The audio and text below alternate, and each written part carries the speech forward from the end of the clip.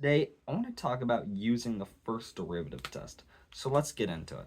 So let's say we have a function, f of x, right, equals 3x squared minus 2x plus 1, right?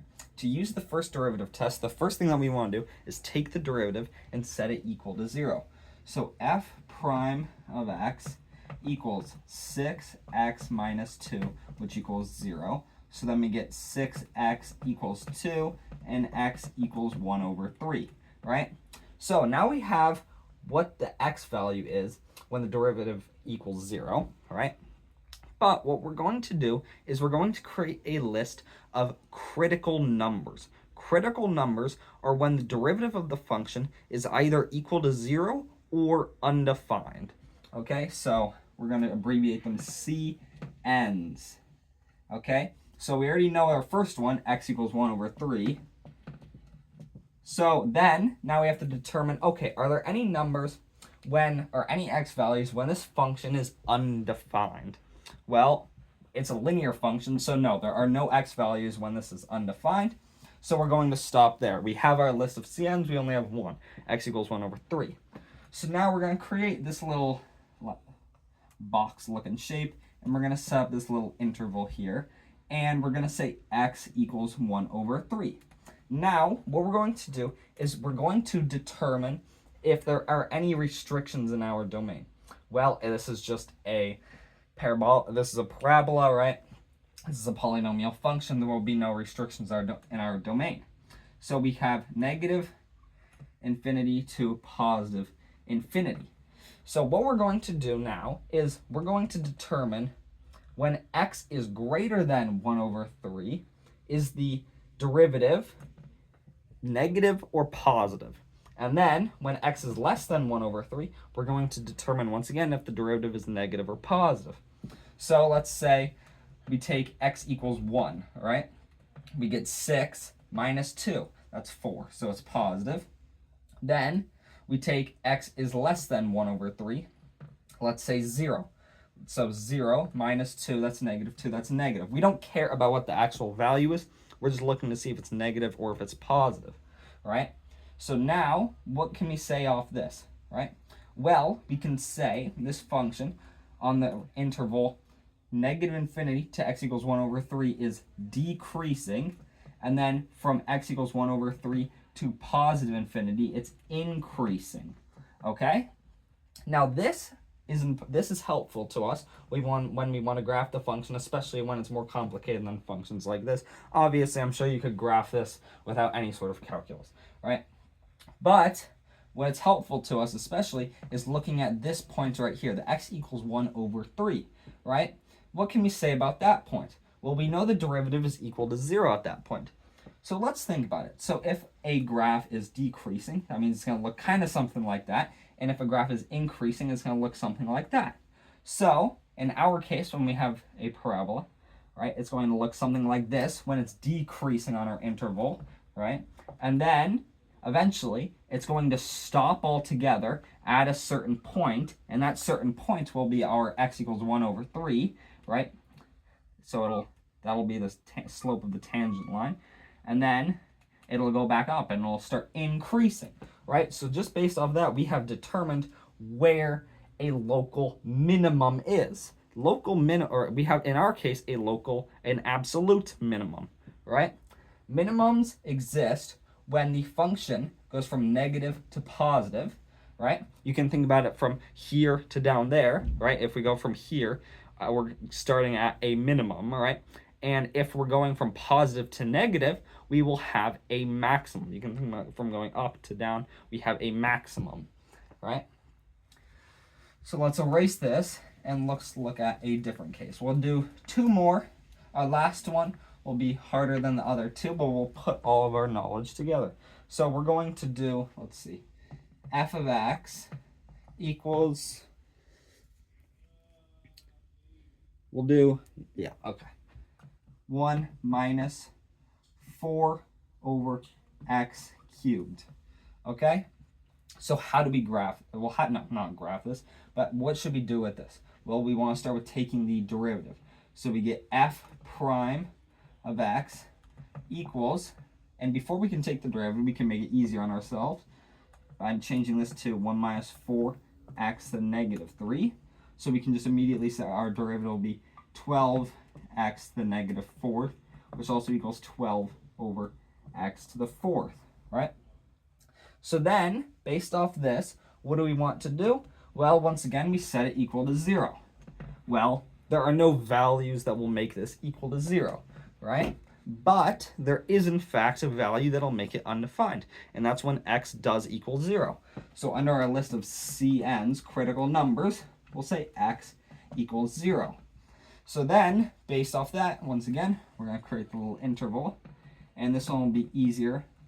We'll just, obviously, when x is less than 0, this will be negative, and then when x is greater than 0, this will be positive, right? So on this interval, we can say it's decreasing, right? So, and then in our case, it will be negative infinity to positive infinity, once again, right? Because the only restriction here is when x equals 0. And then on this interval, it'll be increasing, right? So this, it will be very helpful to us when we want to graph something like this. And let's look at one more example, a bit more complicated one.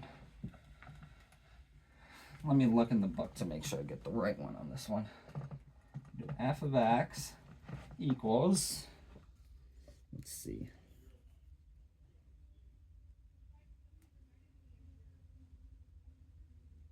Okay. X squared minus 3 over x minus 2. All right, now this is going to be the one that will put all of the knowledge we've gotten together, right?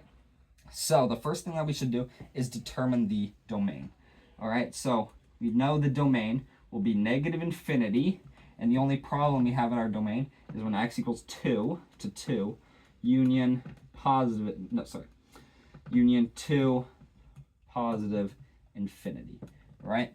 So then, once again, we want to take the derivative of this, right? So we start with f prime of x equals, well, quotient rule, denominator squared x minus 2 squared.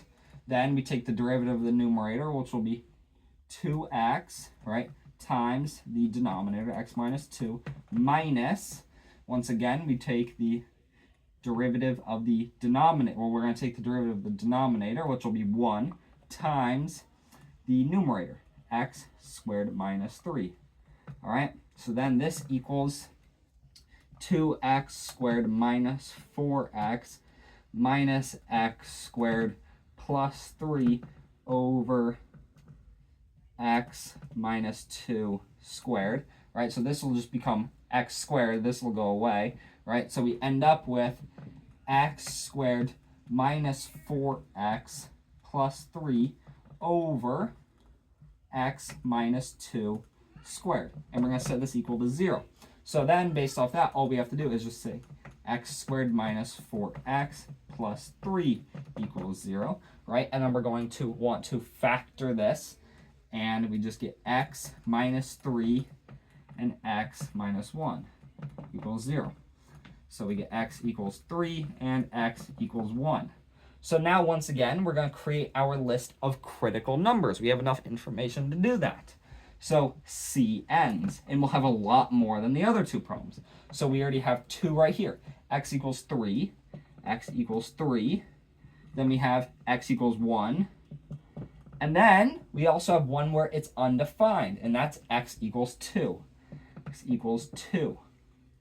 So now, what we want to do here is say, okay, let's create our little interval.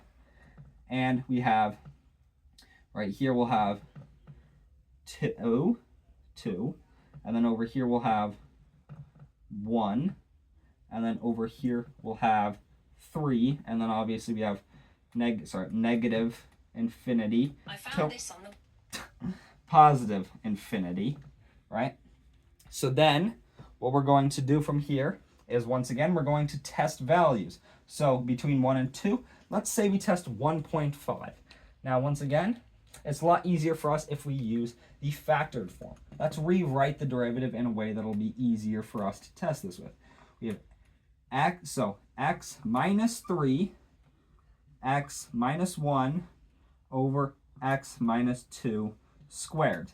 Now on the denominator will always be positive, right? Because when it's squared, it'll always be positive. So when x equals 1.5, right, we have, this will be negative, right? And this will be positive, right? So a negative and two positives, that'll create a negative, right?